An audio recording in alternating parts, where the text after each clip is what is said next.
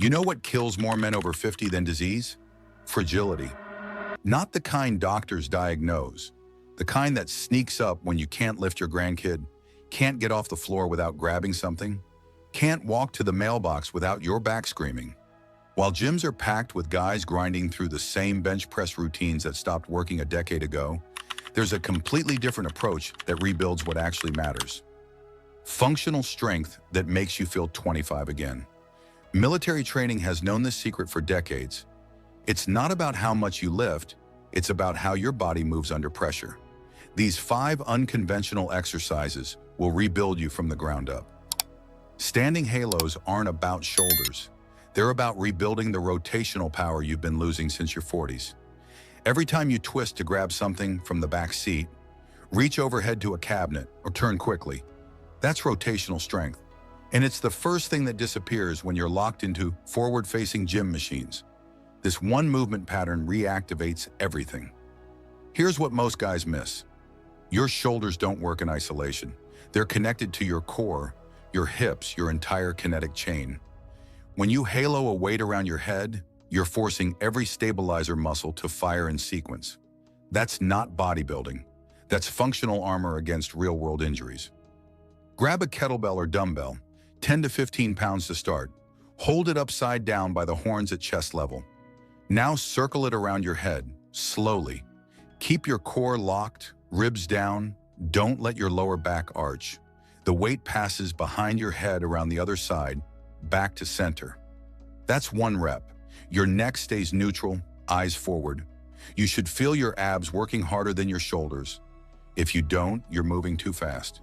You can do all your reps in one direction first, then switch, or alternate each rep, changing direction every time. Both work, but completing one side fully before switching lets you focus on that rotational pattern without breaking concentration. Week 1. 8 reps each direction, 2 sets. Focus purely on the path. Smooth, controlled, no wobbling. Week 2. 10 reps each direction, 3 sets. Week 3. Same reps, add 5 pounds. Week 4, 12 reps, heavier weight. If your form breaks, drop back down. Look, if you're tired of spinning your wheels with 0 results and feeling exhausted all the time, you're not broken. I've created a complete 28-day protocol specifically for men over 40 that actually addresses what's happening to your body. Check the pinned comment or scan the QR code when you're ready. This isn't about getting swole. It's about being able to play with your grandkids without tweaking something. And it sets up perfectly for what comes next, getting you back on the ground. Most men over 50 haven't been on all fours since they were toddlers. That's the problem. Your body was designed to move in multiple planes, forward, backward, rotational, ground level. When you abandon ground-based movement, your brain literally forgets how to coordinate full body patterns. Bear crawls rewire that connection faster than anything else. Here's what the majority doesn't realize. This isn't cardio, it's neural reprogramming. Every step on all fours forces your opposite arm and leg to work together. That's contralateral movement. It's the same pattern you use when walking, running, throwing, but when you're on the ground, gravity loads it differently. Your core has to stabilize against rotation. Your shoulders have to support real weight. It's primal strength coming back online. Get on your hands and knees, hands directly under shoulders, knees under hips. Now lift your knees 2 inches off the ground. That's your starting position. Move one hand forward, opposite knee forward. Small steps, 6 inches max. Keep your hips level, don't let them rock side to side. Your back stays flat, head neutral. Breathe naturally, don't hold your breath. Move forward for 10 feet, then backward. Going backward is harder because your brain isn't wired for it, but that's exactly why it works. Week 1, 3 rounds of 10 feet forward, 10 feet back. Rest 60 seconds between. Week 2, 4 rounds, same distance. Week 3, 5 rounds or increased distance to 15 feet. Week 4, add a pause, stop mid-crawl for 3 seconds, then continue. That's when it gets brutal. This movement doesn't just build strength, it rebuilds coordination you didn't know you lost. And it transitions perfectly into the next exercise. Loaded carries that forge real-world durability. The suitcase carry is deceptively simple. Pick up something heavy on one side, walk, don't fall over. But here's the truth. This single exercise builds more anti-lateral flexion strength than 1,000 crunches ever will. That's the strength that keeps your spine from collapsing sideways when life gets asymmetrical. Carrying groceries, picking up a suitcase, holding a kid on one hip. But here's the problem most guys run into. They think it's about the weight in their hand. It's not. It's about what your opposite side is doing to keep you upright.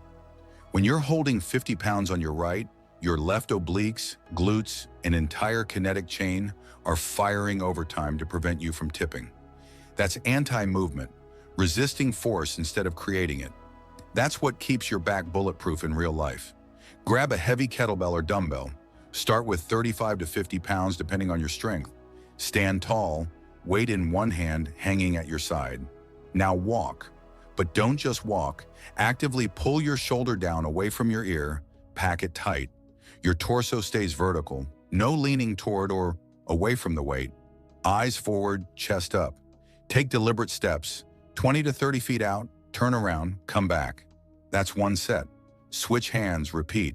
If you're leaning more than an inch, the weight's too heavy. Week 1. 3 sets per side, 30 feet each direction, 40 pounds. Week 2. Same distance, 45 to 50 pounds. Week 3. 4 sets, increased distance to 40 feet. Week 4, 50 to 60 pounds, maintain perfect form. Your grip will fail before your core does. That's normal. This isn't gym theatrics. It's the difference between throwing your back out or handling whatever life throws at you.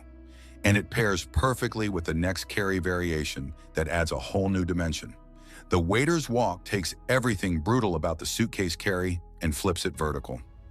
Now you're holding weight overhead, and your shoulder stability, thoracic mobility, and core control all get tested simultaneously. This is the movement that reveals whether your shoulder actually works or if you've just been faking it with machines for years. Here's what most don't understand. Overhead strength isn't about your deltoids. It's about your ability to create a stable structure from your hand down to your feet. When a weight is overhead, your rotator cuff, serratus anterior, lats, obliques, and glutes form one integrated chain. If any link is weak, the whole thing collapses. That's why guys who bench 300 pounds sometimes can't walk with 25 pounds overhead without wobbling like a drunk giraffe. Grab a kettlebell or dumbbell, 10 to 15 pounds to start. Press it overhead with one arm, elbow locked, bicep by your ear, wrist stacked over shoulder. Look up at the weight slightly, not straight ahead. Your opposite arm hangs loose at your side for balance. Now walk, slow, controlled steps. Your ribs stay down. Don't let them flare out. Core braced like someone's about to punch you. 20 feet out, 20 feet back. If the weight starts drifting forward or your elbow bends, you're done. Put it down. Switch arms, repeat. Week 1. 3 sets per arm, 20 feet each way, 10 pounds. Week 2. 12 to 15 pounds, same distance. Week 3, 30 feet distance, maintain weight. Week 4, increase to 15 to 20 pounds if form stays tight. If your shoulder clicks or hurts, drop the weight immediately. This isn't worth injury.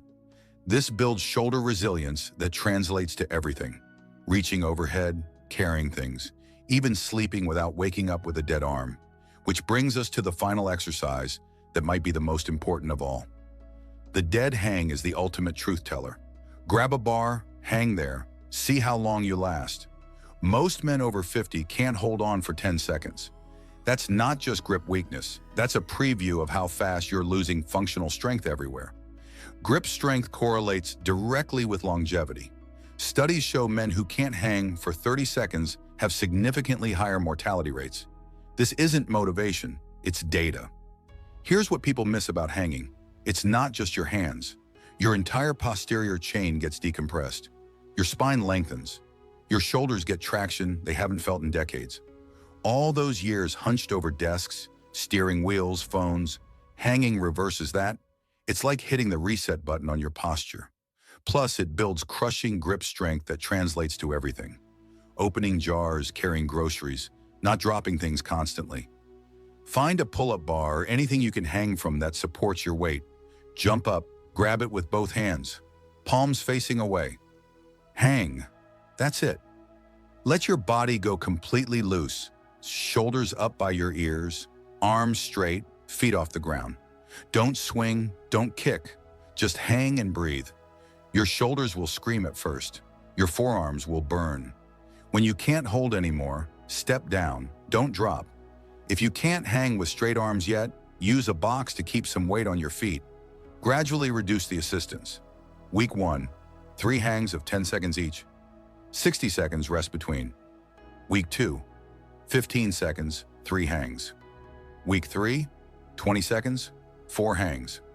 Week 4, 30 seconds, 3 hangs. If you hit 60 seconds, you're in elite territory for your age. Most never get there, but the trying alone rebuilds you. This single exercise might add years to your life. Not metaphorically, literally. And combined with everything else you've learned here, you've got a complete system that doesn't need a gym membership. There it is, 5 exercises that don't need a gym membership, but will rebuild your body better than anything inside one.